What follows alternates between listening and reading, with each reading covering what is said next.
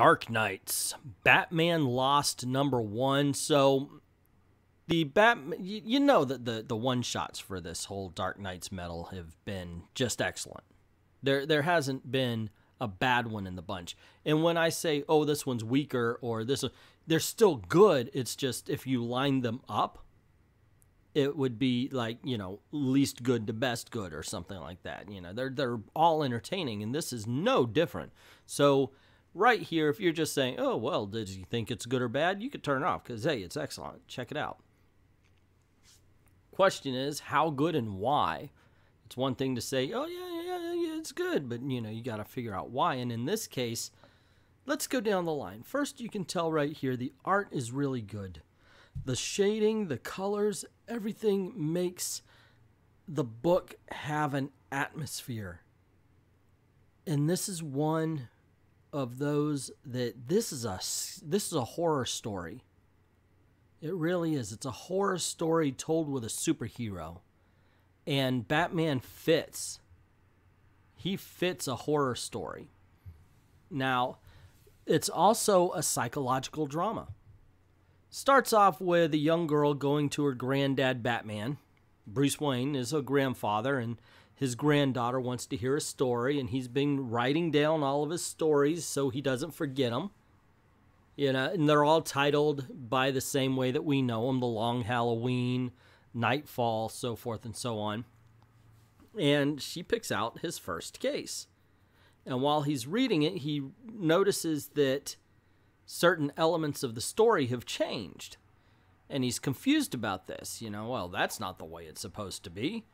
And as he's talking, the girl says, yes, it is. And remember this. And, you know, and you go to the past where you see the bats and the birds, Batman and the hawk people fighting. And this is the way the story goes all throughout. Now, if it's kind of like, this is what I attached it to, was the eternal, Eternal Darkness of the Sunshine. What was that? Eternal Sunshine of the Spotless Mind. Yeah, I should remember that. The Jim Carrey movies, very good. This book reminded me of it, except for this is a scarier version of it than the Jim Carrey movie. But he's jumping through memories as they're changing. So he recognizes the changes that have taken place. And that's really what makes the story strong, is because you can attach to it just from your knowledge of the Batman and the Batman stories. Now, it could be confusing. Do not get me wrong. If you're not really into Batman to the point where you know a lot of his past stories, you're going to be a little bit lost. However, he does, the book does keep to the more famous, and you do recognize characters along the way. So it really doesn't try to confuse you, but it could.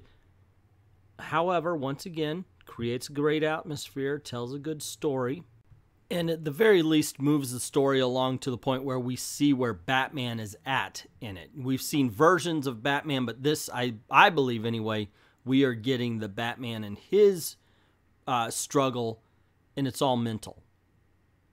And that's one of the great things about Batman is, of course, we know he's one of the best fighters.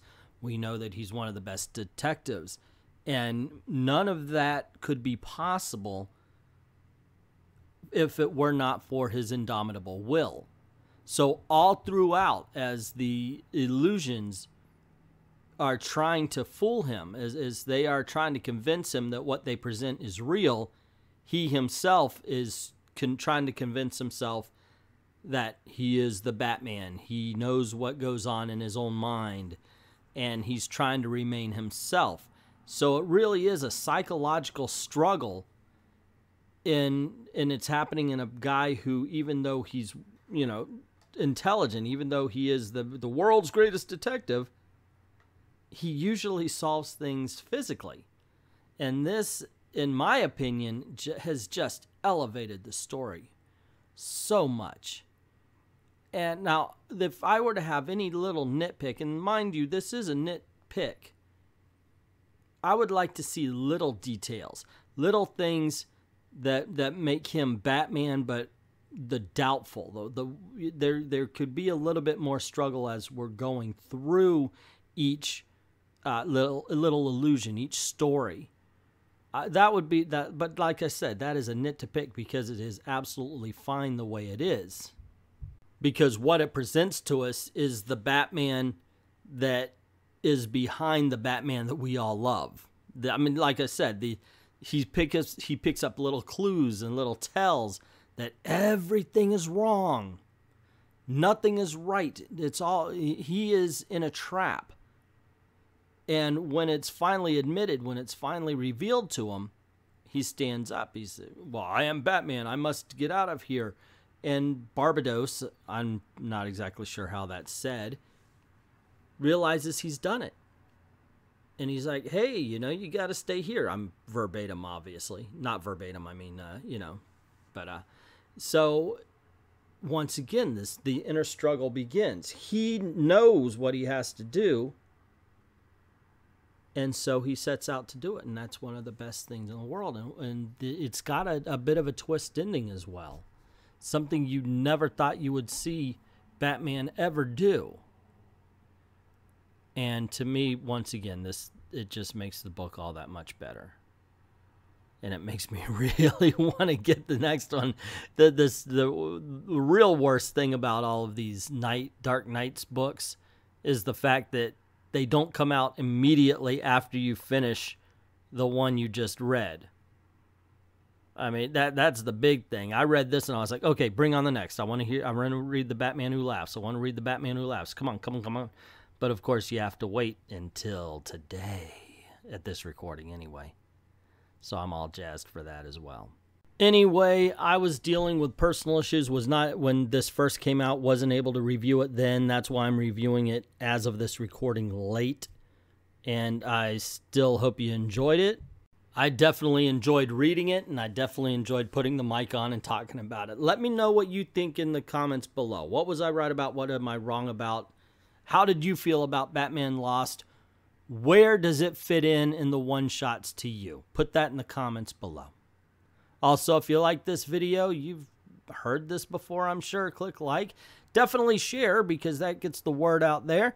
And if you haven't done this already, click subscribe, and don't forget to hit that notification bell so you don't miss anything else.